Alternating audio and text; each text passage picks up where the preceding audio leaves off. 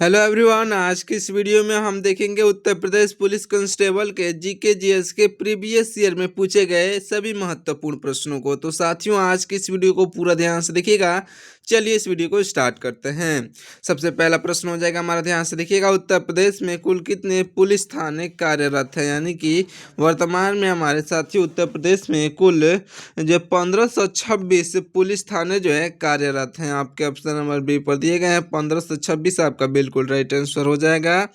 देखिए अगला प्रश्न, हमारा अगला प्रश्न है कि उत्तर प्रदेश में कुल कितने नगर निगम मौजूद हैं? उत्तर प्रदेश में नगर निगम कितने मौजूद है साथियों? तो 17 नगर निगम मौजूद हैं। ऑप्शन नंबर जो है डी पर दिए गए 17 राइट आंसर हो जाएगा। देखिए अगला प्रश्न है कि उत्तर प्रदेश राज्य में कुल कितने विकास खंड हैं? तो उत्तर प्रदेश राज्य में विकास खंडों की संख्या साथियों 826 है। ऑप्शन नंबर ए पर दिया गया राइट आंसर हो जाएगा। साथियों, वर्तमान में जितने भी आपके यूपी में रिलेटेड जो है यूपी से मतलब जो कि यूपी सरकार द्वारा जो है एग्जाम कराए जा रहे हैं, उसमें यूपी से रिलेटेड क्वेश्चन साथियों भर भर के पूछे जा रहे हैं। तो इसलिए इस वीडियो को पूरा ध्यान से देखिएगा। अगला प्रश्न हो जाएगा हमारा, उत्तर प्रदेश में वर्तमान में कुल कितनी तहसीलें हैं? तो उत्तर प्रदेश में वर्तमान में कुल तहसीलों की संख्या कितनी है साथियों? 351 है। ऑप्शन नंबर सी पर दिया गया 351 राइट आंसर हो जाएगा। देखिए अगला प्रश्न, हमारा अगला प्रश्न हो जाएगा कि उत्तर प्रदेश का राज्य दिवस किस तिथि को मनाया जाता है? उत्तर प्रदेश का राज्य दिवस जो है साथियों 24 जनवरी को मनाया जाता है। 24 जनवरी, जो कि आपका ऑप्शन नंबर डी पर दिया गया है, बिल्कुल राइट आंसर हो जाएगा।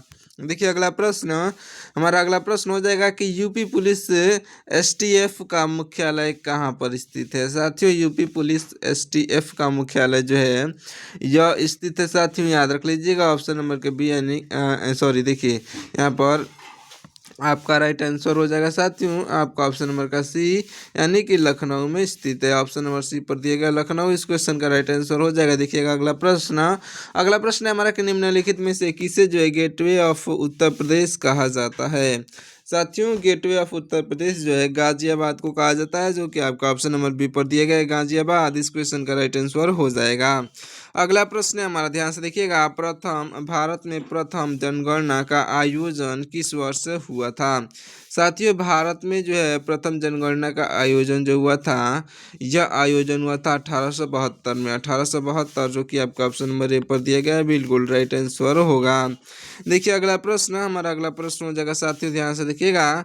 पानीपत का प्रथम ऐतिहासिक युद्ध कब लड़ा गया था? तो पानीपत का प्रथम ऐतिहासिक युद्ध जो है 1526 में लड़ा गया था साथियों। 1526, जो कि आपका ऑप्शन नंबर डी पर दिया गया है 1526, इस क्वेश्चन का राइट आंसर हो जाएगा। अगला प्रश्न है हमारा कि उत्तर प्रदेश में जो है पंचायती राज व्यवस्था कब लागू हुई? तो उत्तर प्रदेश में पंचायती राज व्यवस्था जो है यह लागू हुआ था साथियों, यह 1949 में लागू हुआ था। ऑप्शन नंबर सी पर दिया गया है यहाँ पर 1949, इस क्वेश्चन का राइट आंसर हो जाएगा।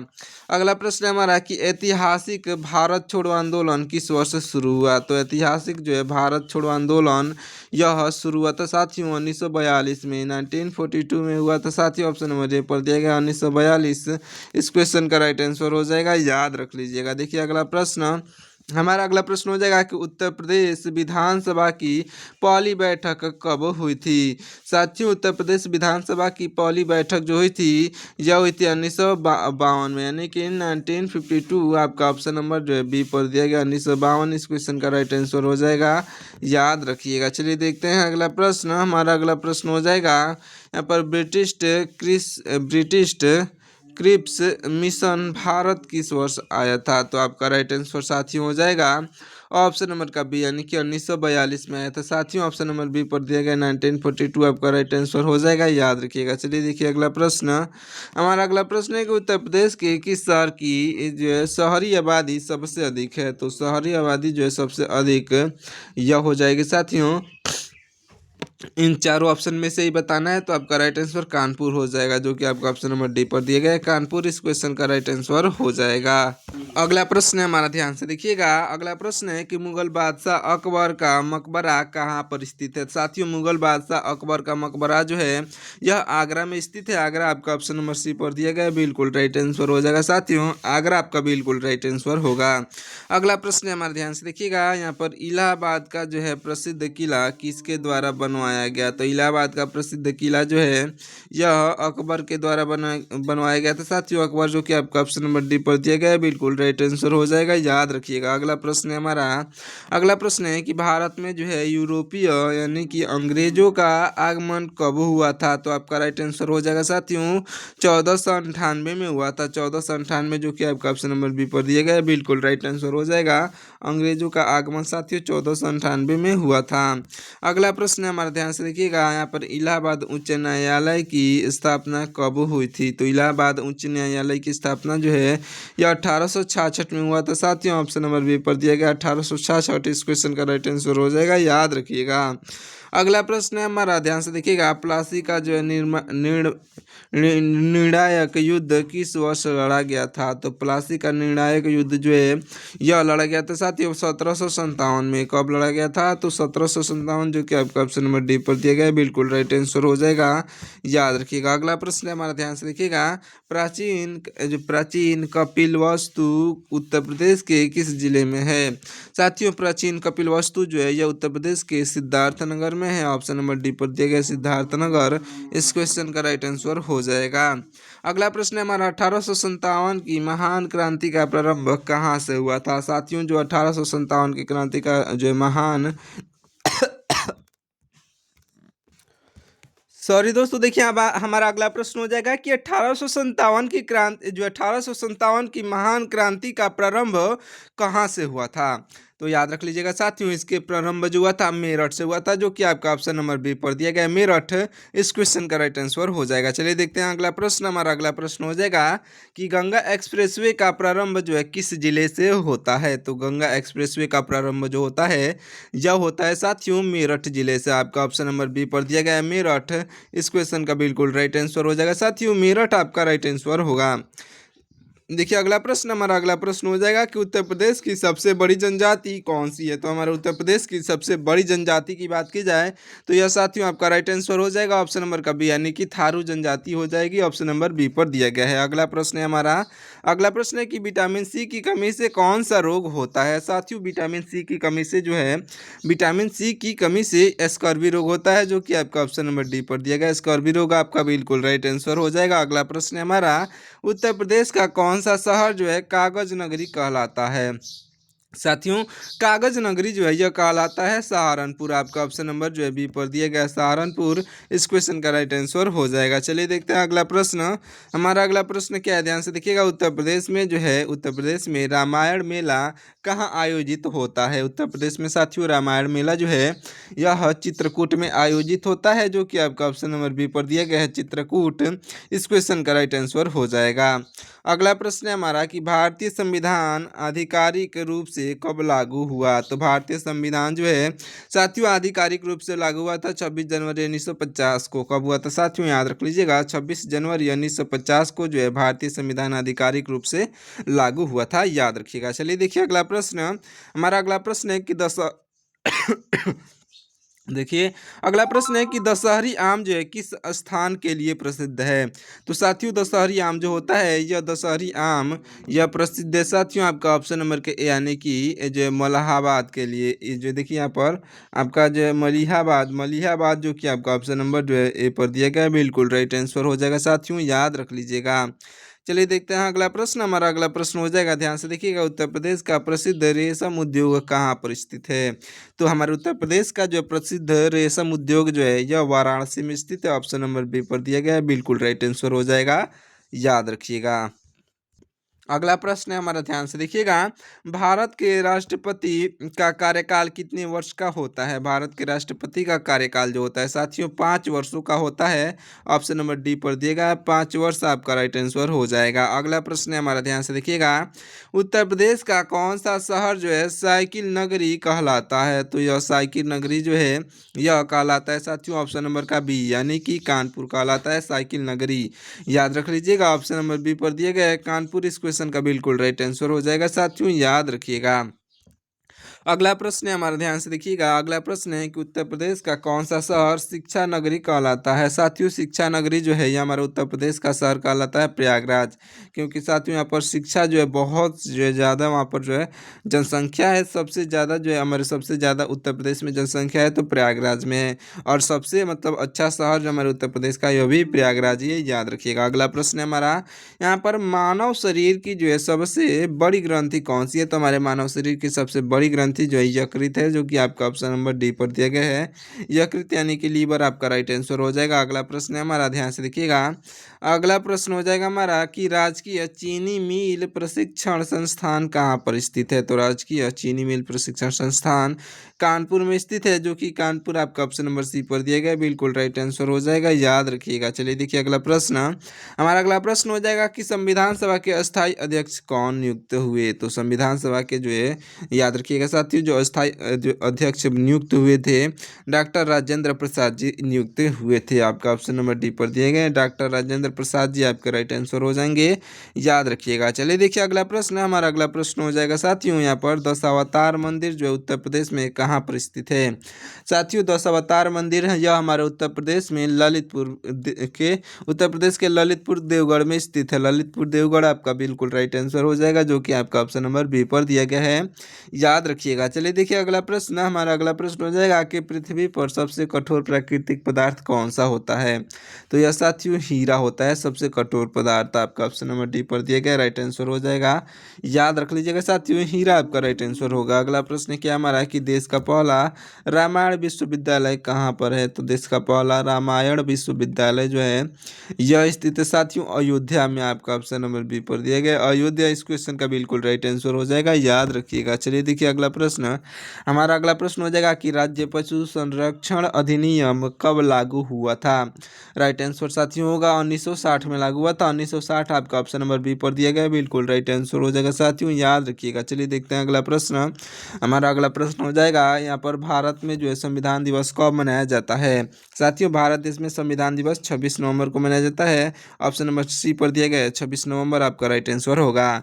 अगला प्रश्न है हमारा, ध्यान से देखिएगा। यहाँ पर शारदा नदी का उद्गम स्थल कहाँ पर स्थित है। साथियों, शारदा नदी का उद्गम स्थल जो है यह स्थित है आपका ऑप्शन नंबर का बी यानी कि नेपाल में स्थित है, ऑप्शन नंबर बी पर दिया गया नेपाल, इस क्वेश्चन का बिल्कुल राइट आंसर होगा। देखते हैं अगला प्रश्न। हमारा अगला प्रश्न हो जाएगा साथियों, ध्यान से देखिएगा। यहाँ पर संयुक्त राष्ट्र संघ यानी कि यूएनओ का मुख्यालय कहाँ पर है।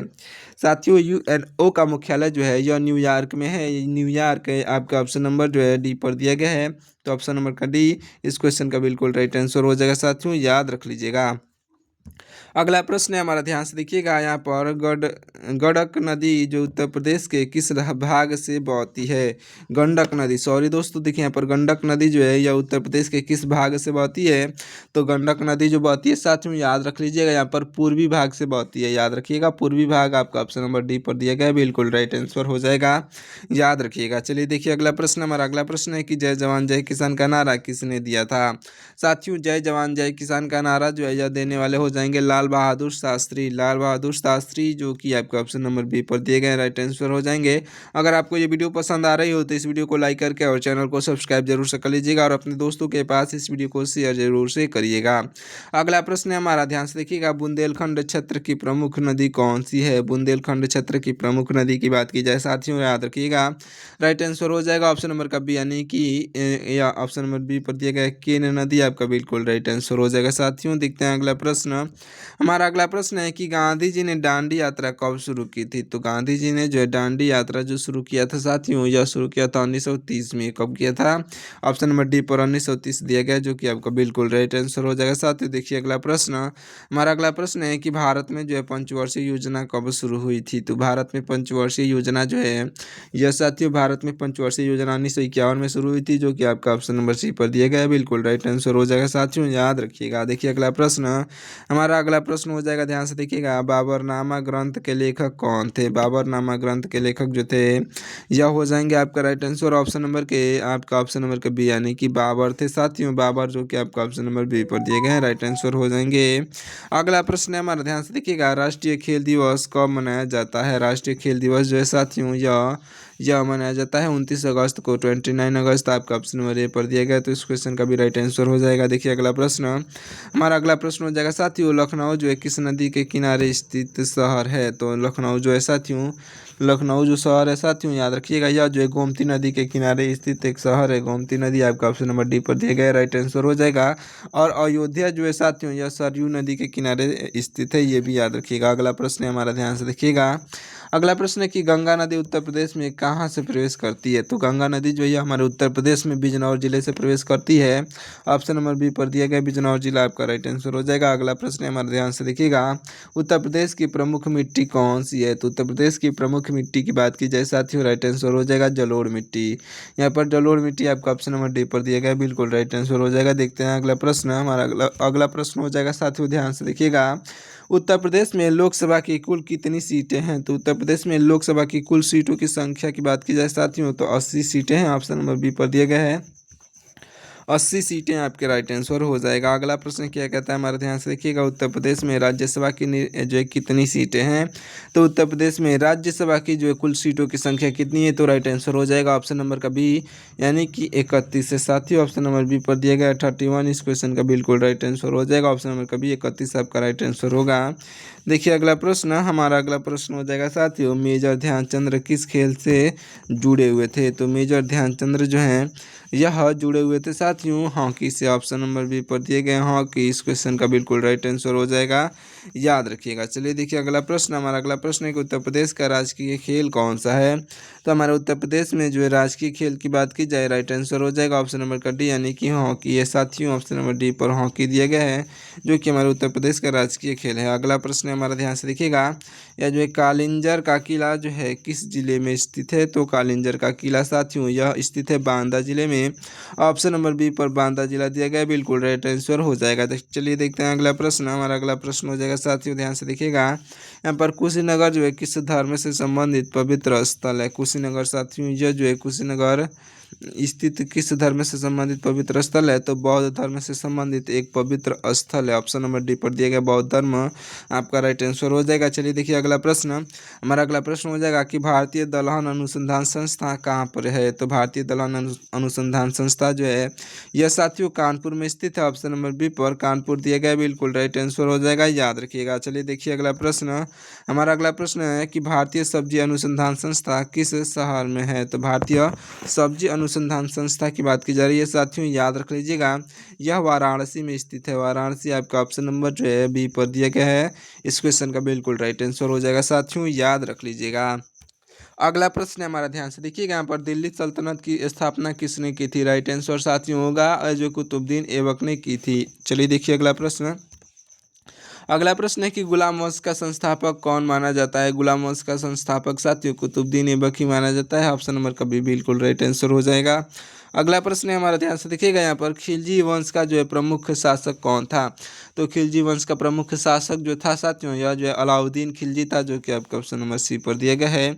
देखिए अगला प्रश्न, हमारा अगला प्रश्न हो जाएगा साथियों, बाबर ने जो है किसे हरा करके मुगल साम्राज्य बनाया था? तो बाबर ने साथियों याद रख लीजिएगा इब्राहिम लोदी को हरा करके मुगल साम्राज्य बनाया था। इब्राहिम लोदी, जो कि आपका ऑप्शन नंबर बी पर दिया गया है, बिल्कुल राइट आंसर हो जाएगा साथियों, याद रखिएगा। चलिए देखिए अगला प्रश्न, हमारा अगला प्रश्न हो जाएगा साथियों, यह जो बक्सर का प्रसिद्ध युद्ध कब हुआ था? तो बक्सर का प्रसिद्ध युद्ध जो हुआ था यह हुआ था 1764 में, 1764 ऑप्शन नंबर डी। अगला प्रश्न है हमारा, ध्यान से देखिएगा। यहाँ पर शेरशाह सूरी ने जो है कौन सा प्रमुख मार्ग बनवाया?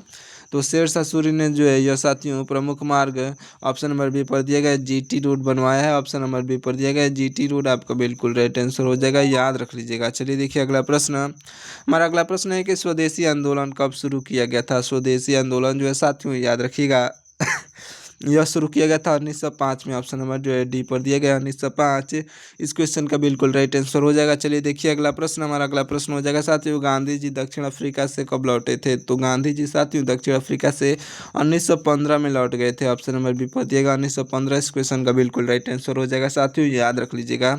चलिए देखिए अगला प्रश्न, हमारा अगला प्रश्न हो जाएगा साथियों, ध्यान से देखिएगा। चंपारण आंदोलन मुख्य रूप से किससे जुड़ा था? साथियों तो चंपारण आंदोलन जो है देखिए क्या है यहाँ पर चंपारण आंदोलन, जो है मुख्य रूप से किससे जुड़ा हुआ था, तो आपका राइट आंसर हो जाएगा ऑप्शन नंबर का बी, यानी कि नील की खेती से जुड़ा हुआ था। ऑप्शन नंबर बी पर दिया गया नील की खेती आपका राइट आंसर हो जाएगा, याद रखिएगा। चलिए देखिए अगला प्रश्न, हमारा अगला प्रश्न हो जाएगा, ध्यान से देखिएगा। यहाँ पर खिलाफत आंदोलन किससे संबंधित है। साथियों खिलाफत आंदोलन जो है यह आंदोलन चलाया गया था जो है मुसलमानों से, यहाँ पर मुसलमानों से संबंधित है, यानी कि मुसलमानों के लिए खिलाफत आंदोलन चलाया गया था।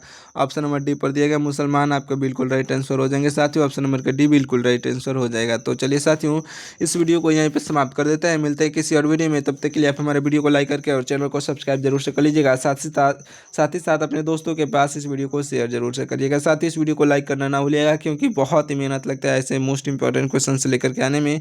तो इस वीडियो को लाइक जरूर से करिएगा। मिलते हैं किसी और वीडियो में, तब तक के लिए जय हिंद।